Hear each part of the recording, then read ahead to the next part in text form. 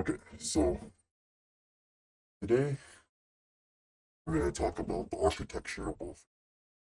So, why do some countries offer universal health care while others don't? Why do some welfare systems reduce inequality while others reinforce it? Why do social programs endure for decades, others collapse under political pressure? The answer is not ideology, it's architecture. Today, we examine the hidden structure of the welfare state. Now, the welfare state is one of the most powerful political technologies of the modern era. It shapes how citizens survive, how they work, how they age, how they relate to the market, and to but welfare states are not all the same, differ fundamentally in their structure, their goals, and their effects. To understand these differences, we need to answer two core questions. How can we understand the fundamental differences between welfare states? We will explore a master typology that classifies welfare states into distinct worlds, providing a map of the global landscape. What design principle leads to the most effective, durable social policies? We will examine a critical debate on policy design, identifying a principle that guides us toward more resilient and cohesive social programs. By the end, you'll understand not only how welfare states differ, but how they should be. The first step in analyzing welfare states is understanding their fundamental structure. Political sociologists, Costa Esping-Andersen, provided the master typology, argued that advanced capitalist societies cluster into three distinct regimes or worlds of welfare. These are not just different policies or different systems, different architecture. Each one produces a different kind of society. Gustav Esping-Andersen, Danish psychologist, and in 1990 published one of the most influential works in policy analysis, The Three Worlds of Welfare Capitalism.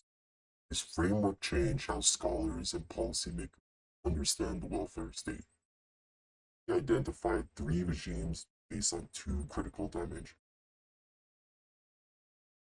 Esping-Andersen measured welfare regimes along two dimensions. First dimension, decommodification. This is the degree to which individual and families maintain a socially acceptable standard of living independent of market. In simple terms, it measures the ability to survive and thrive without having to sell your labor. A high degree of decommodification breaks the link between work and survival. You can live a decent life even if you're not employed. You have options beyond the market. A low degree of decommodification means you must work to survive. You lose your job, you lose your livelihood. The market could to you. Second dimension, stratification. This is the role that state actively plays in shaping and maintaining social class status. In simple terms, it describes how social policy either reinforces existing inequalities or actively promotes social equality. Some welfare states create hierarchies. They give different benefits to different classes. They preserve status distinctions. Other welfare states flatten hierarchies. They give the same benefits to everyone. They promote equality. These two dimensions, decommodification and stratification, define the character of a welfare. And when you map welfare states along these dimensions, three distinct clusters emerge, three worlds.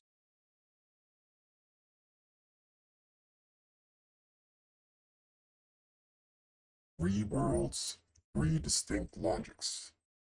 World 1, the liberal regime. Core logic, market dominance.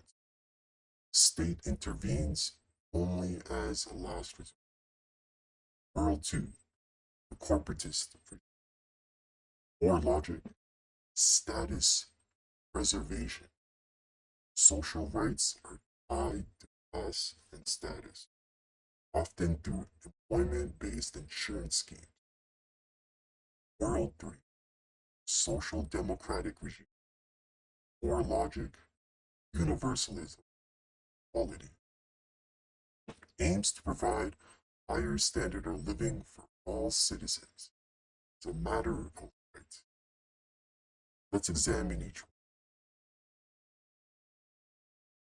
one. World 1, the liberal regime.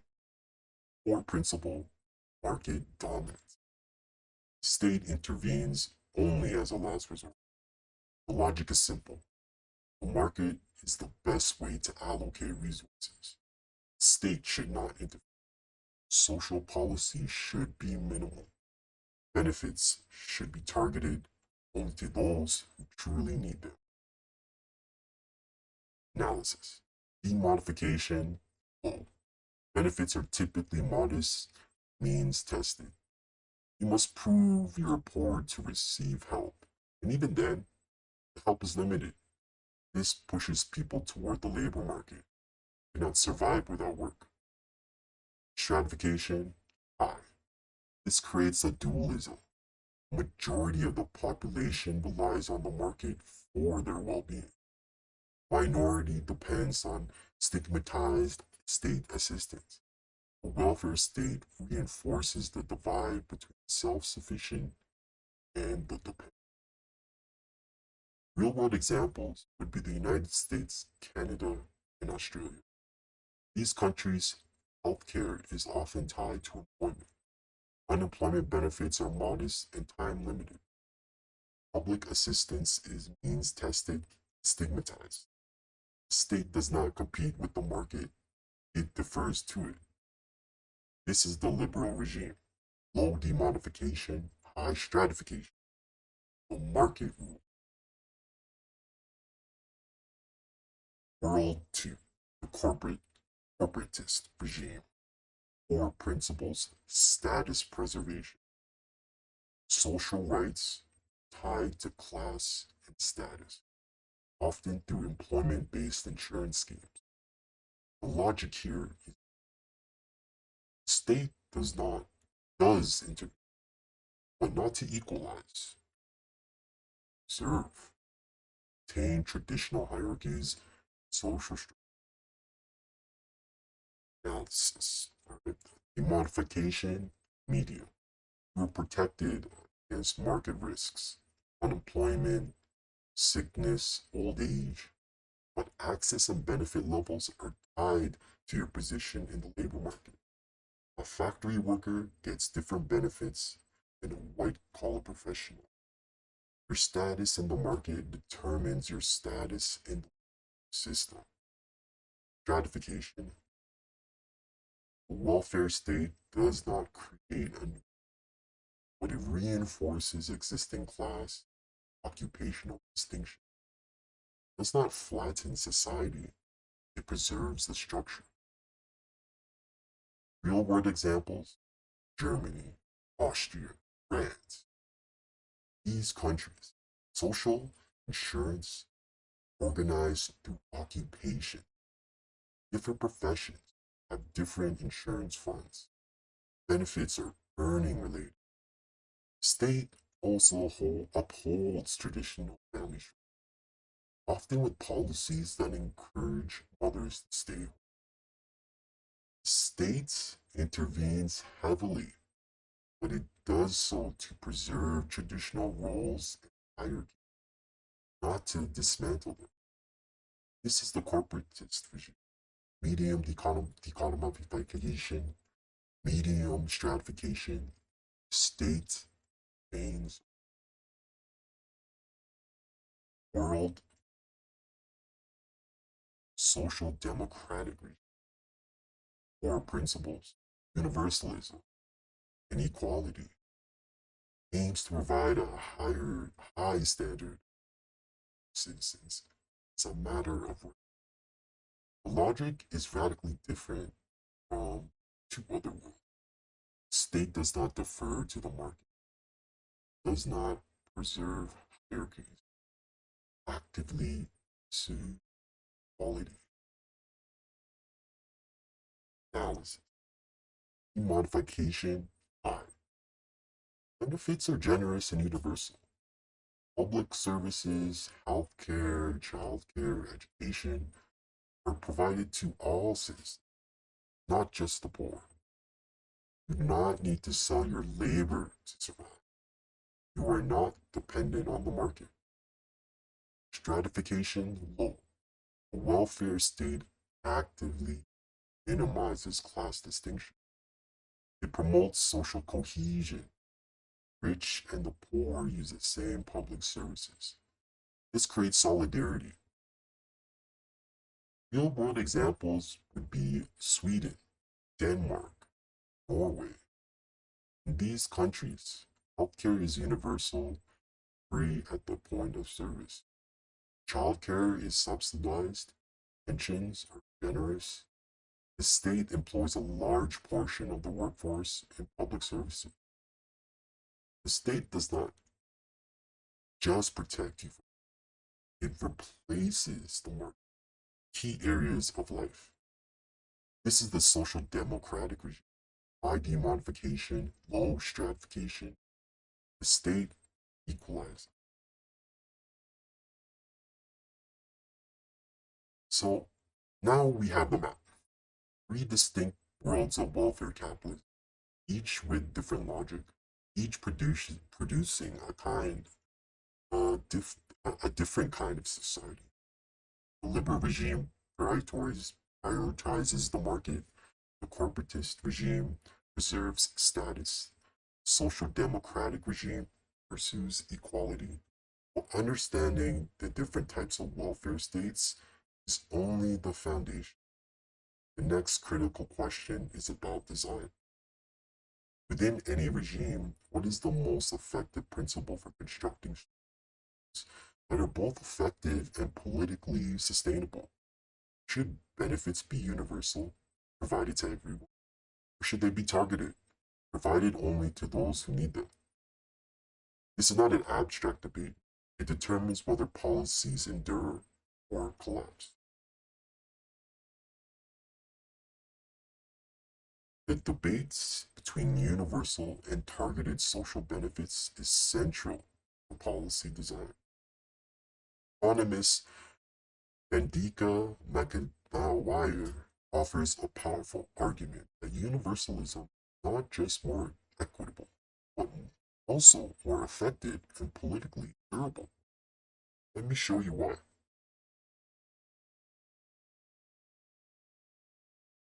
Bendika, a Swedish Malawian economist, and he argued that universalism is just not a moral choice. It's a strategic choice, a superior design principle. Why?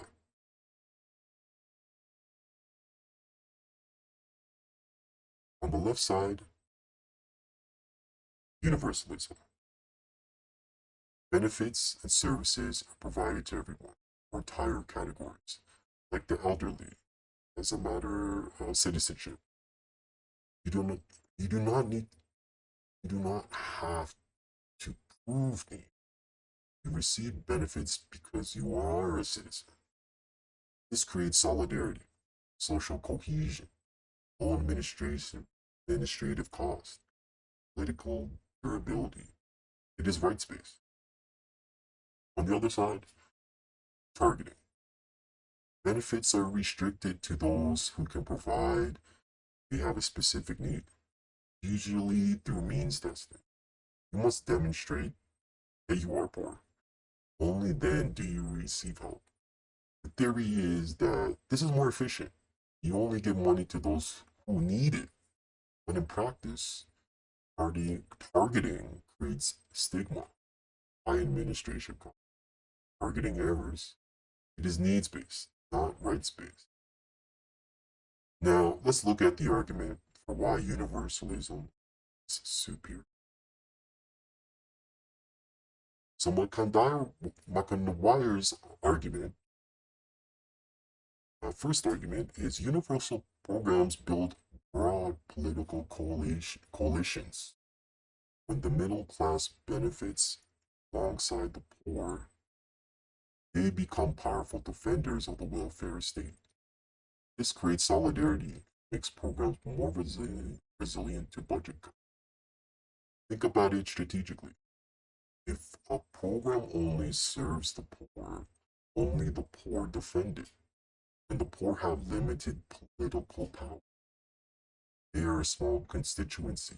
They're easy to. But if a program serves everyone, or the working class, middle class, then everyone defends it. You now have a large, powerful group. Politicians cannot cut the program without angering voters who matter. McIntyre captured this in a single line. Programs for the poor are poor programs. Universal programs are politically durable. Targeted programs are politically honorable. This is not about morality. This is about power. If you want a policy to survive, you must build a coalition that can defend it.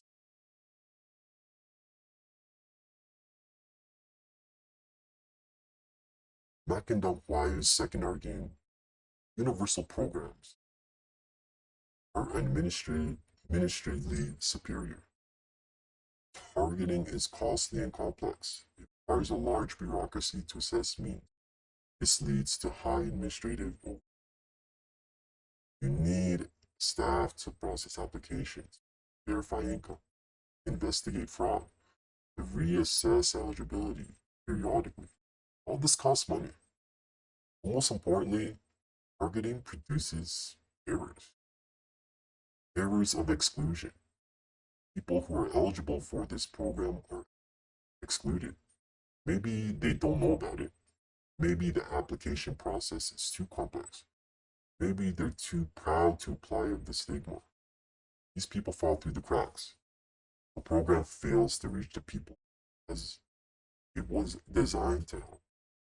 There's errors of inclusion. People who are not eligible for the program receive benefits anyway. Maybe they hide income. Maybe the system is too overwhelmed to catch fraud. Maybe the rules are poorly designed. This wastes resources and undermines public trust. Universal programs avoid both problems. No means testing, no complex bureaucracy, no targeting error. Everyone receives benefits.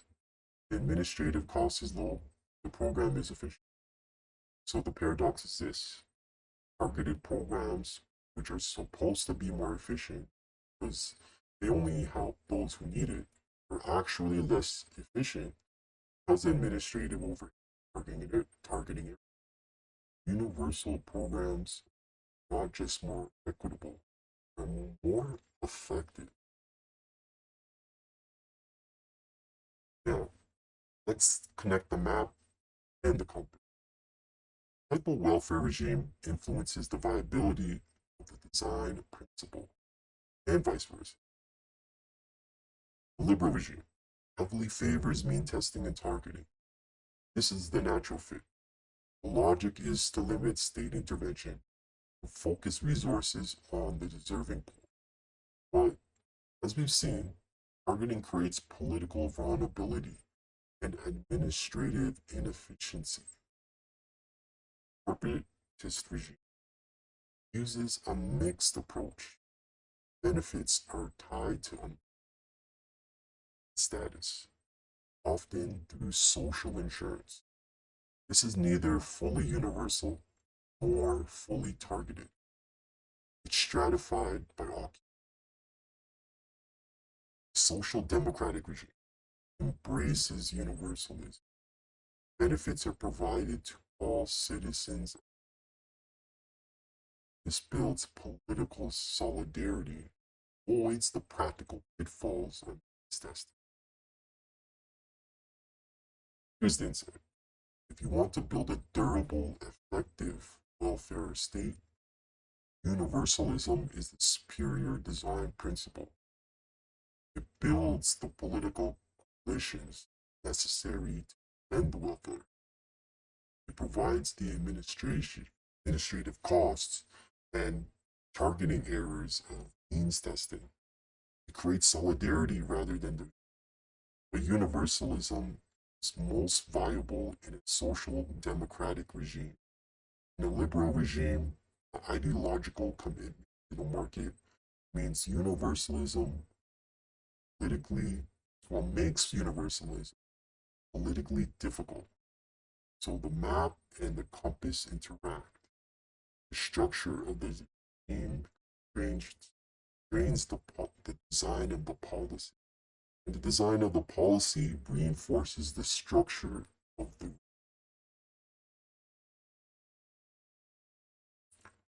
Well, three takeaways. First, the map is essential. Welfare states are not all the same. Esping-Andersen's three regimes provides a powerful framework for understanding their fundamental differences in structure and goals. The liberal regime prioritizes the market. The corporatist regime preserves status. The social democratic regime pursues equality. Second, the compass points to universalism. When designing policy, universalism is often more effective and sustainable than targeting.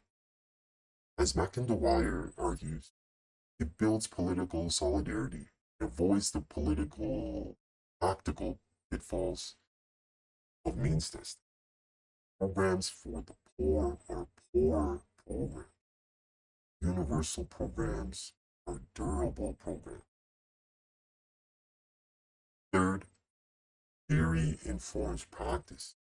Connecting the macro level map with the micro level compass provides a sophisticated lens for analyzing and shaping social policy.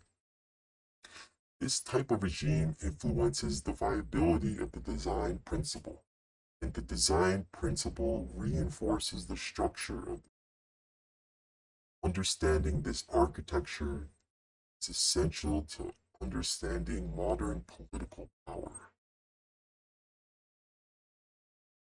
Welfare state is not about charity.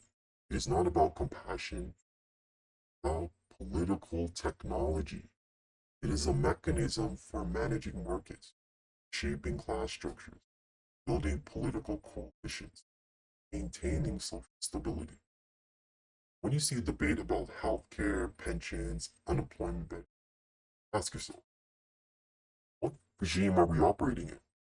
What level of decommodification does this policy create? What kind of stratification does it produce? Is it universal or targeted? What political coalition does it build or destroy?